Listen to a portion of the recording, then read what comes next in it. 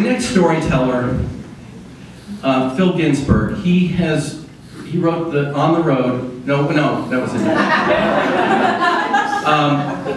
But actually, Phil is a wonderful, wonderful writer, and he recently won a play competition in New York, short plays. And in this wonderful thing that Tracy Maldu Martinez has on Wednesday night, she does this craft. It's a sort of theater incubator group. He just read his new book, or his new play last Wednesday.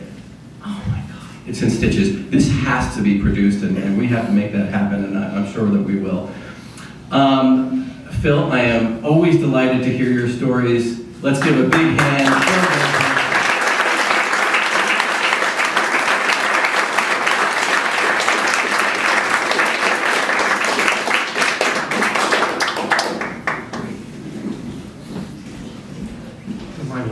Yes! Hi! It's 1955, my 13th year as a Jewish boy. And it's bar mitzvah time. And it's important to me. All my friends are thinking about gifts and reception. I hear my mother talking to the caterer about pigs in the blanket. I'm thinking, what a strange term for a Jewish affair.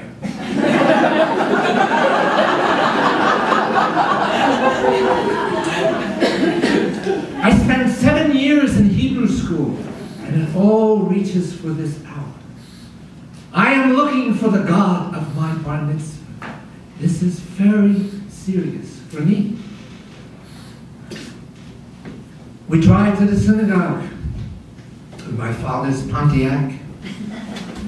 My father, my brother Nathan, my mom, and me. We get there, and I step up to the Torah. The Torah. Open up to the Haftorah, the part of the scriptures that I will sing this day. This is 1955, and I still remember the first line. Lama Somar Yaakov Mustaber Yisrael. There's a hush in the synagogue. We feel that the presence of God has come. It's over. When it's over, people come up to my parents. He needs to become a candidate. He needs to become a rabbi. He needs to go to yeshiva. The boy has talent. 1 month later, my spiritual high is gone. I'm back to being a disciple of the Three Stooges.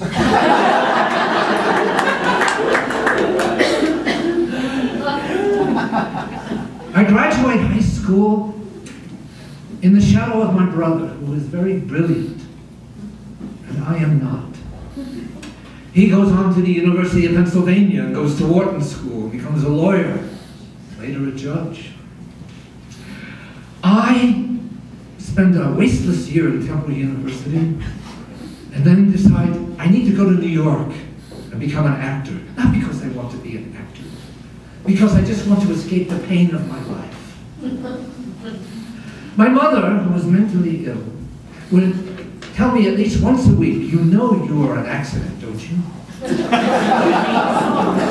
Which kind of spoiled things for me.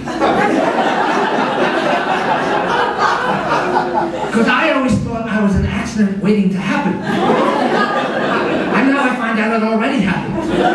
There's no expectation. So I go to theater school and learn how cruel teachers can be. I come out and I don't know what to do. I'm an overweight Jewish guy with problems. And so I end up writing comedy for comedians, $10 a joke. I'm living in the Irving Hotel in Gramercy Park. I'm making $50 a week. Even back then, that wasn't a lot of money. This is 1963. I'm so depressed that the only thought that comes to my mind is I should take my life, because nobody else will. So I decide, I'm going to do away with myself, but first, I want to wait for the new Chinese restaurant across the street from the hotel to be built. It's a very Jewish dream.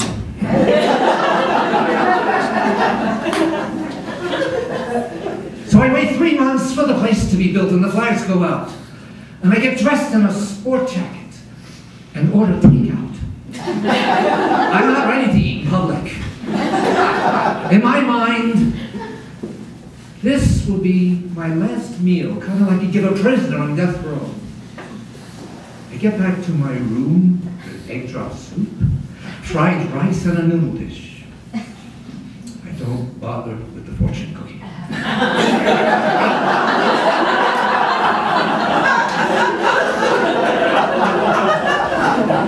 The food is awful. I prolonged my wasteless life for 3 months just for this moment. The soup carton is leaking. And for no reason at all, I start to laugh. And I'm laughing now, the first laugh in a year. And I'm laughing and I'm crying and I'm laughing. And there's fried rice all over me, and I don't care. 2 months later, I go back to my home in Camden, New Jersey. I leave the city to go live with my parents. Camden, New Jersey was voted the most dangerous city in America 2 years in a row.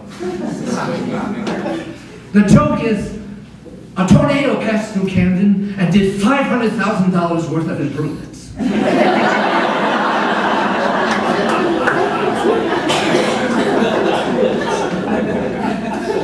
I go to work for Campbell's Soup, labeling cans. The midnight to 8 shift. One night we worked 8 hours labeling chicken noodle, and it turned out to be beef bark. And the cans are hot, you know? I save enough money to go back to the city. It's 1968. And I want to put together a music act. So I find a piano player. I can sing. I find a piano player and we start to do a music act, but I can never take it too seriously. I mean, who's going to take serious an overweight Jewish guy singing romantic songs? My romance. So we end up doing comedy and music. And we go to the Improvisation in New York City. Anybody familiar with that place? On 44th Street. Somebody sees my act and says, I want you to audition for the Merv Griffin show. Oh. So we get to the Merv Griffin show in the office. Bob Shanks, the producer's there. It doesn't take long to figure out I don't have an act. I've been in the business 3 months. And unfortunately, they say, yes, we want you. I go on, and I'm so out of control that all Merv can say is, was he on LSD?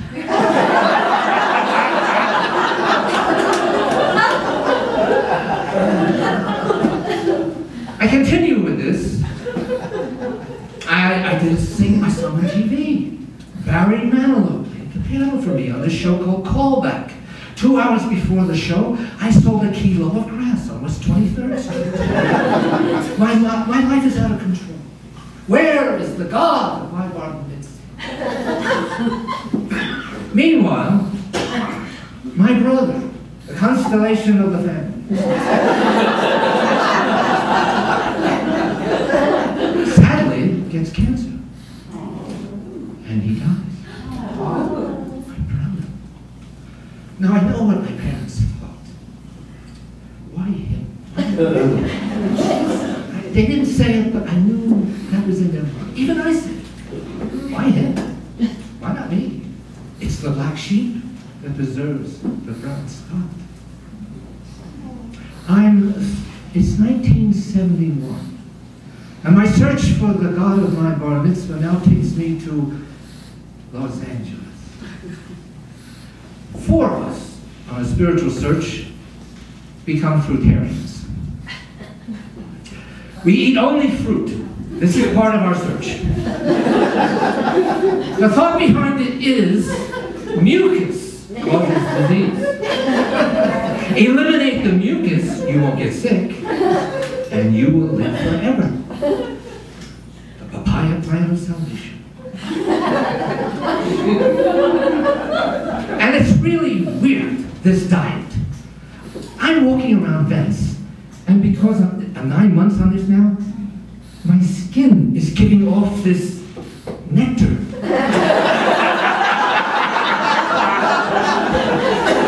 I have literally fruit flies following me.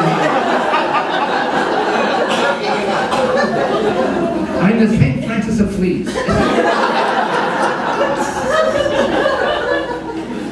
I don't know. So we're trying to get back to Eden. And what did Adam and Eve do for calcium? It's crazy.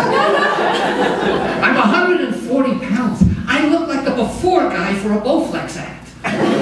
Mr. No Flex, you know. And so we're searching, I'm searching. And one morning I wake up.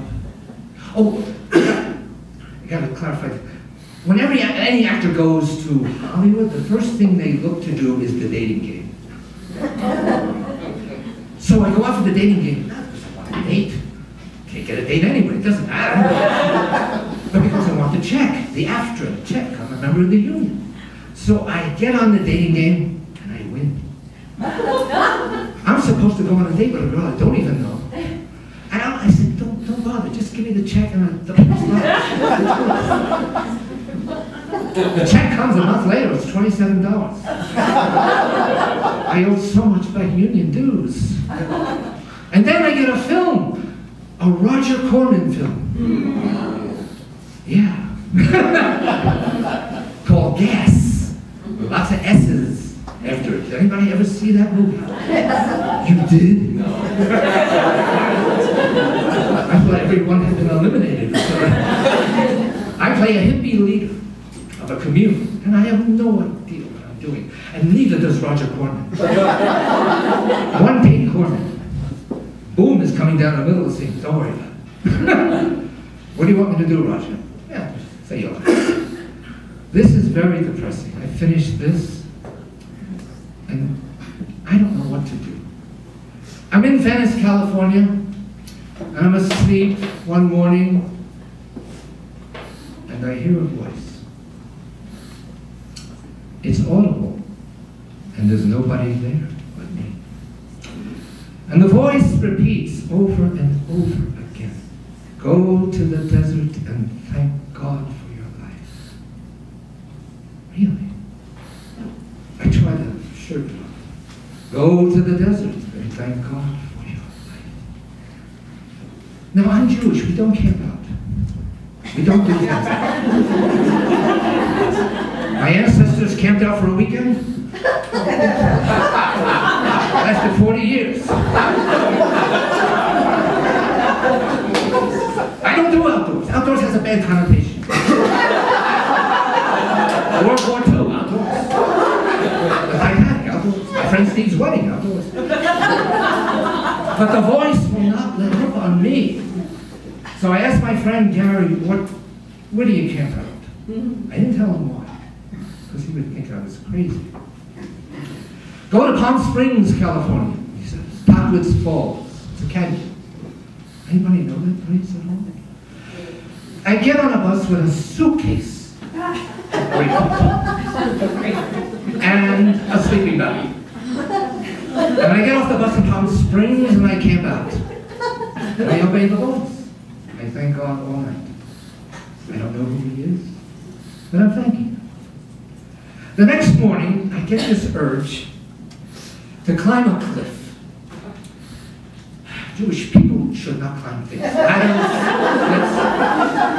get halfway up and I realize I'm in trouble. I better keep going. I get down into the canyon where the waterfall is. And in the back of my mind I'm thinking, I don't think I can get out of here. But I don't want to deal with it. I'm there about 5 hours, and now I have to deal with it. There's nobody here. It's April. It's Passover time. It's Easter time. I don't. And I'm thinking to myself, now I am hearing voices. I probably have my mother's mental illness. And I'm thinking, this is a series of bad choices, leading all the way up to this level. And I'm going to die here. Where are you, God of my wonders? I'm there till 4 in the afternoon. I've got about 4 grapefruit left. I haven't. But I know if I try to climb that cliff, it's dead. A man appears on the top of the cliff. Big guy, mountain climber. He says to me, "Can you get out?" My body language must have looked so pathetic. And I said, "No." He comes down and he falls. His arm is bleeding, but he still comes for me. Comes and takes my hand and takes my suitcase. This is how I follow me step where I step. We'll go up together. Watch out for the loose rock. I get about halfway up with him and I fall, not fall, but I step on the loose rock and almost fall. And he brings me back. In that instant, the veil rips open for me. And I see something I have never seen before. And for a Jewish boy, it's too much. I see Jesus. This can't be the God of my wonders. But I'm just trying to get out from this place. And he holds on to me and I get out. And I thank him. His name is Todd. He's a real person.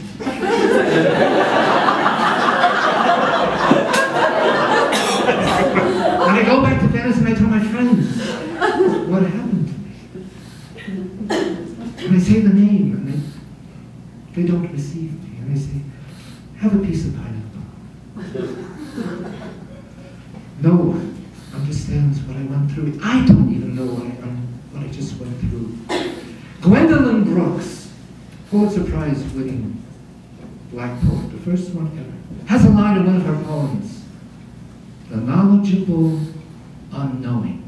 I had come into contact with the knowledgeable unknowing, something I had never known before, that knew me, understood me.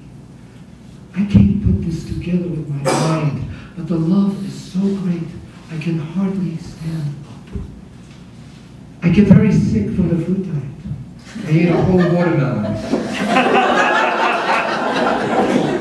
And cheesesteaks from 1958 are coming up. I go back to New York City because I had an apartment there, and I'm walking around the street with my hands up. And taxis are stopping for me. I'm like this crazy religious fanatic. I know nothing except I am loved in a way I've never been loved before. I think I've got to find out what this is about. So I go into a church. I have never been into a church. I'm thinking, these are the people I have been trying to avoid all my life. These are the people who give us strange lunch meats. Do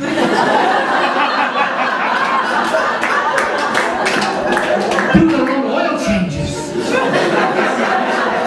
Not to mention the Inquisition. So I get in there and I talk to this pastor, or whatever he is. I tell him my story, and you know what he says to me? "Were you on LSD?" I'm thinking, has this guy been talking to Bruce Griffin? I come out of there, I don't know what he believes. I'm not even sure what I believe. I got my hands up. And I'm living with this. What am I going to do with my life now? Who am I? Am I a Catholic? I know I'm still Jewish. People say, "You're not Jewish now." What am I, Korean? What happened? I get a job as a doorman in New York City, in a small apartment building. And I say to God, and it's not a good idea to tell God how you want to run your life at this point. And I said, God, this is a good job for 3 years. Thank you. And I just sit in the elevator in the presence. It's a midnight to 8 job. 3 years are up. Feeling all that love. 5 years go by. 10 years go by. I meet my wife. Now it's really looking like a job. And I say to God, I gotta get out of here. You have taken your self-worth all your life from people. And you let work define you. And now I am going to give you a different definition. Okay. Not going to look good on the resume. 17 years on this job. It's 1990. I go back to school to NYU and take a copyright course. And I get a job working for the International Bible Society as a writer. And it lasts 12 years. And during that time, I went back to theater here in 1997. Because I believe, as the Jews say, in tikkun olam, repair the world. And I believe art can repair not my theater, not my acting, but art can repair. And now I'm in my 39th year of this spiritual journey, and I'm concerned because the 40th year is coming. 40 in the Bible always is the number of testing. 40 years in the wilderness, 40 years Moses, 40 years Elijah, Jesus. And I'm a little concerned about the 40th year. But I remember a dream I had when Chris and I first got married. And in the dream, we're walking on a track. And everybody's running. It's a runner's trail. And my wife says to me, aren't you going to get into the race? Everybody's so far ahead of you. And I said, they don't know I can fly. I felt in that dream that I was going to catch up. At the end of my life would be better than the beginning. I pray for all of us that we could fly. God would give us wings. That we would catch up if we need to. We would finish strong. We would reach the finishing line with the embrace of the knowing, gracious, merciful. So, the question is, am I on LSD?